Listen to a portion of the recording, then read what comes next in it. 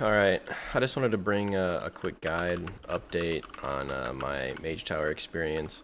More of a PvP kind of guy, but during this time with the new game coming out, new expansion, PvP has been kind of boring in some cases, so I usually mess around in Mage Tower and Transmog and just kind of do other stuff in the game since raiding isn't really a thing right now. With that being said, I've been doing the Mage Tower challenge specifically for Shadow Priest, and let me tell you, it sucks. So, my goal here is to hopefully shed some light and help someone else out there because I've broke a keyboard. Let's see. I've been through, I don't know, $40 at least in tokens buying and stuff, and just kind of seeing what works and what doesn't. Come to find out yesterday or the day before that it is bugged and the scaling is off. So all this stuff is scales to 120. Apparently the actual bosses, their health and damage is scaled to something else. It's higher. However, it is doable. My buddy kind of got the short end of the stick because we've been doing this together, my arena partner, and he plays Affilock. So apparently that's just straight up impossible. But I don't know, maybe it just sucks.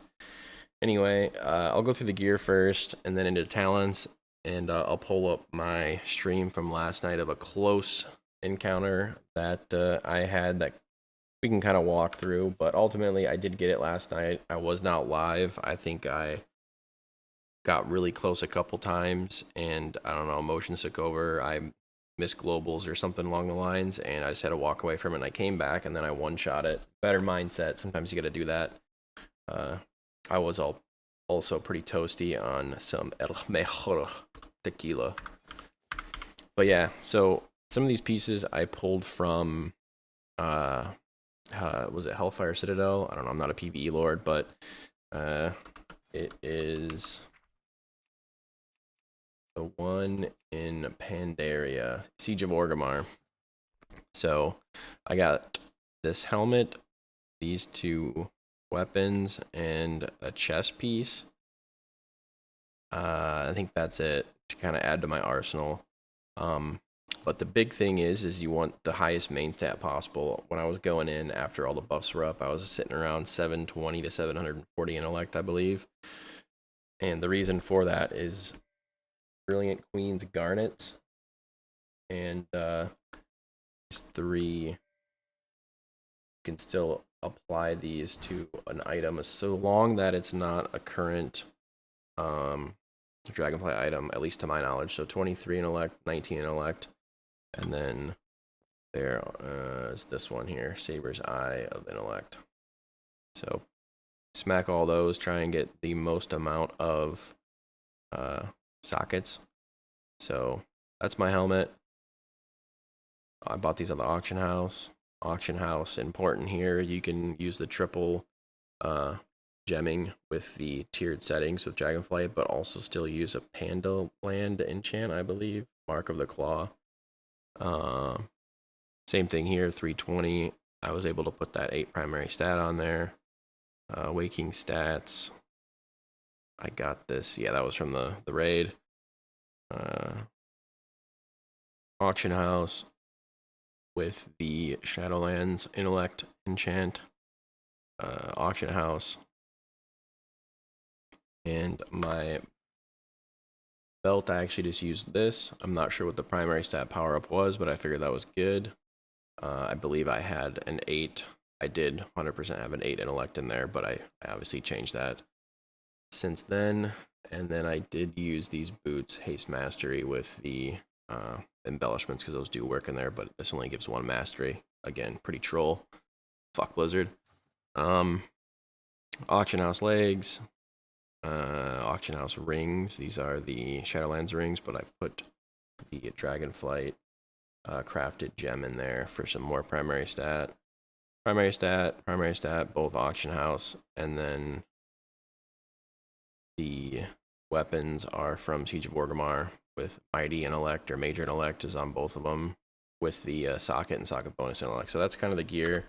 As far as the build goes, this is kind of handcrafted based on some of the research I did online, but I noticed people were taking talents that didn't really matter in the fight, something that you would never press, like Mass Spell, I don't know, dumb shit like that. But I'll put this down below so you can just simply copy and paste it. But the big thing is we got the Void Tendrils. Shadow Word Death comes in handy. I learned the hard way to not push this after the brother dies that follows you around that spawns the hands. Do not press this. Focus on Devouring Plague, shielding yourself, and damage, but don't press Shadow Word Death. That's why I lost a couple of these, because the damage to myself was actually significant. Let's see here. This is big. It's a Mind Blast to slow him down. Obviously Feather for mobility, Body and Soul for mobility. Divine Star, some defensives. Kind of self-explanatory here. I would say the most uncommon out of my actual Shadow talent build is Distorted Reality versus Mind's Eye. I really like this for the hands, and I'll show you that shortly here. In fact, how about right now? Real quick, we'll just burn through this. I think I have it pulled up here. Yeah, so this is the beginning of the phase. He just pulled, he's just running at me. You don't want to expend any cooldowns here, you just want to get to push the boss. So, really easy phase, nothing you really got to care about. It's pretty simple. I pop Void Form. I don't know why I'm missing this Power Infusion. I should have pressed Mindbender too, but I do, but I wasn't running this in the build that I showed you. I was kind of doing a lot of testing, but the goal here is to hit a fat Devouring Plague into a Void Torrent, and then just kind of roll your damage and Shadow Crash these mobs, because the damage from Void Torrent amplifies when you have Devouring Plague and all your dots on the target. So max through this. I don't think you can push them through a certain amount. I want to say it's just more or less a timing thing. So burn through that. Basically try and kill it. Now focus him as fast as you can. And this is what I did for the eyes. I put a Vampiric Touch into a Silence kind of late, and then I would build up to do one Devouring Plague, and then that would be enough to tick it, and it wouldn't get through the cast.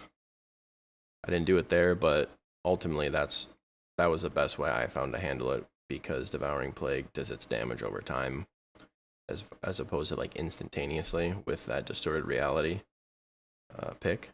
And then some phase, kind of standard stuff here. Soaking these things.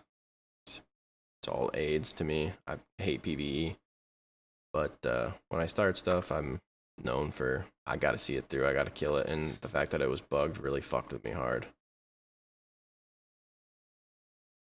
Yeah, I'm not the best PvEer, but it was definitely difficult. Yeah, focusing down the hands, kiting around after the third phase when these things you have to soak, they always spawn in this area, so you want to make sure you're running around for them to spawn, so you can kind of spin around and get into them. Here's the grass from beyond casting, but clearly it's gonna die from my dots before it can even get the second cast off, and I have another 13 seconds on Silence still ready to go. Oh, let's see.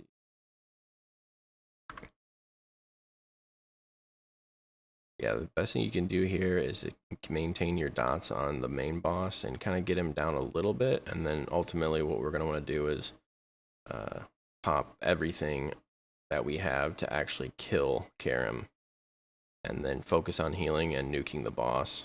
So like popping the drums. I accidentally pressed this earlier. I should have did that, which is probably why I wipe, but I don't think that's exactly why, because that's a huge damage buff, this potion here.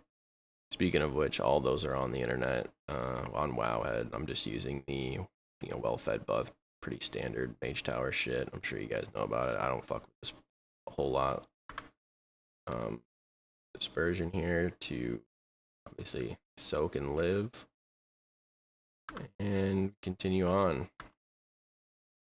Just kiting around. I'm trying to see what happened. I'm sure there's mistakes in here that you guys are gonna fuck with me on, but I don't care. I don't give a fuck about PvP. Long story short, sorry, PvE happened. So I killed him. I'm trying to just burn the boss here effectively. And what happens? Oh, I comes here with a soak. There it is, right there.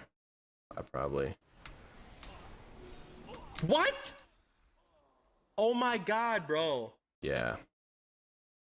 Anyway, there's that. I don't know if that's helpful. I'm sure your Mage Tower nerds are probably like, yeah, this guy sucks. But like I said, I don't care. I just didn't see a lot of content online that actually walk through the gear pieces. Although for players that are all about the Mage Tower, this is probably common knowledge. But with these new scaling issues and whatnot, I didn't see anything that was very beneficial. I literally watched all of the guides online. I think one dude posted a video that was